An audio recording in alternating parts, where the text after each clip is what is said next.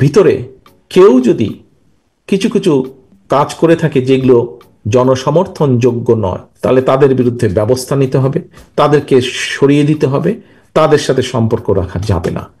আমরা যদি এই কাজ সেটি গ্রহণ করব, আমারটাই আমি রাখবো, কারোটা আমি গ্রহণ করব না, এটি আমাদের কথা না, এটি আমাদের পরিকল্পনাও না। আমরা অবশ্যই বারে বারে বলছি, প্রতিবার আমরা বলছি, দেশের জন্য, দেশের মানুষের সাথে বেটার কিছু, ভালো কিছুর জন্য যদি ভালো কিছু কেউ নিয়ে আসেন, অবশ্যই আমরা সানন্দে সেটি গ্রহণ করব। প্রিয় সহকর্মীবৃন্দ, দুলু সাহেবের প্রস্তাবন অনুযায়ী হয়তো এখনই পরীক্ষা নিতে যাচ্ছি না, হয়তো বা আমরা পরীক্ষা নেব, এরকম একটি চিন্তা ভাবনা যখন উনি দিয়ে দিয়েছেন মাথায়, সেই চিন্তা ভাবনা আজ না হলেও কাল না হলেও পরশু হয়তো সেটি বাস্তবায়নের দিকে আস্তে আস্তে এগোবো আমরা।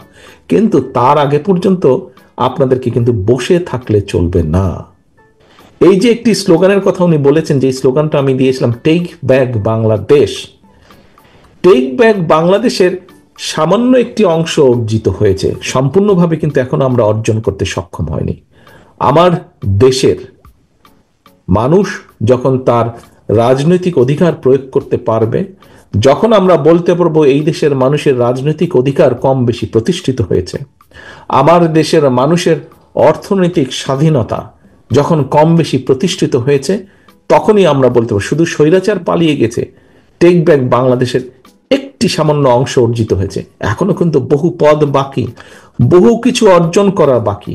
এই দেশের সন্তানদের, এই দেশের ভবিষ্যৎ প্রজন্মের শিক্ষা ব্যবস্থাকে যখন মোটামুটি আমরা সুন্দর করে গড়ে তুলতে পারবো, এই দেশের মানুষের স্বাস্থ্য ব্যবস্থাকে যখন মোটামুটি ভাবে আমরা প্রত্যেকের কাছে পৌঁছে দিতে পারবো, এই দেশের নারীদের ক্ষমতা উন্নয়ন বা এম্পাওয়ারমেন্ট যখন আমরা করতে পারবো, এই দেশের বেকার সমস্যা, সব দেশেই পৃথিবীর বেকার সমস্যা আছে, 100% বেকার সমস্যা নাই এমন কোনো দেশ নেই, কিন্তু কম বেশি বেকারদের কর্মসংস্থানের সমাধান আমরা করতে সক্ষম হব। এইভাবে আরো প্রয়োজনীয় কাজগুলো মোটামুটি ভাবে যখন একটি ভিত্তির উপর আমরা করাতে পারবো, তখনই আমরা বলতে পারবো কর্মী হিসাবে, একটি রাজনৈতিক দল হিসাবে আমাদের সবচেয়ে বড় অর্জন, সবচেয়ে বড় পাওনা হচ্ছে যখন আমরা দেখি আমাদের মিছিলের লাইন অনেক লম্বা পিছনে, যখন আমরা দেখি মানুষের সমর্থন আমাদের এই দলের পেছনে, তখনই সেটি হচ্ছে আমাদের সফলতা, সেটি হচ্ছে আমাদের অর্জন।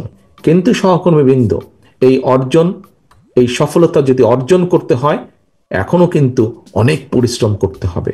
একজন কথা প্রসঙ্গে একটি বলেছিলেন প্রশ্নে, যে অদৃশ্য শক্তি, আমি আজকে থেকে 7-8 মাস আগে বলেছিলাম আপনাদেরকে, নিশ্চয়ই অনেকেই সেই মিটিং উপস্থিত ছিলেন, যে আমাদেরকে অদৃশ্য শক্তির বিরুদ্ধে যুদ্ধ করতে হবে। বুঝেছেন কেন 8 মাস আগে আমি কথাটাই বলেছিলাম? আজ সেটি প্রমাণিত হচ্ছে সত্য। কাজে সেই অদৃশ্য অনেক শক্তি, কিন্তু অদৃশ্য অনেক শত্রু বা প্রতিপক্ষ কিন্তু আজ আস্তে আস্তে দৃশ্যমান হচ্ছে। আমরা যদি আমাদেরকে ঐক্যবদ্ধ না করি, আমাদের ভিতরে কেউ যদি কিছু কিছু কাজ করে থাকে যেগুলো জনসমর্থনযোগ্য নয়, তাহলে তাদের বিরুদ্ধে ব্যবস্থা নিতে হবে, তাদেরকে সরিয়ে দিতে হবে, তাদের সাথে সম্পর্ক রাখা যাবে না।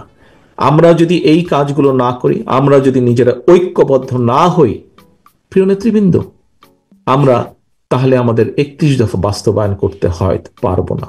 যদি 31 দফা বাস্তবায়ন না করি, তাহলে আপনার যে গত 15 বছর ধরেন, 15 বছরকেই যদি আমরা ধরি, 15 বছরের যে আপনার ত্যাগ, 15 বছর যে আপনার উপরে অত্যাচার, নির্যাতন, যে কষ্ট, সকল কিছু বৃথা হয়ে যাবে।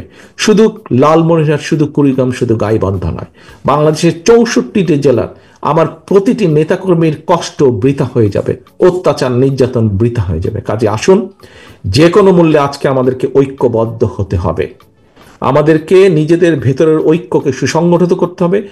যে কোনোভাবে আমাদেরকে কোনো অশুভ যদি কিছু থাকে, তাকে আমাদের দূরে সরিয়ে দিতে হবে, তাকে আমাদের দূরে সরিয়ে দিতে হবে, সেই জিনিসটাকে, সেই ব্যক্তিকে আমাদের দূরে সরিয়ে দিতে হবে, দিয়ে আমাদেরকে সামনে এগোতে হবে।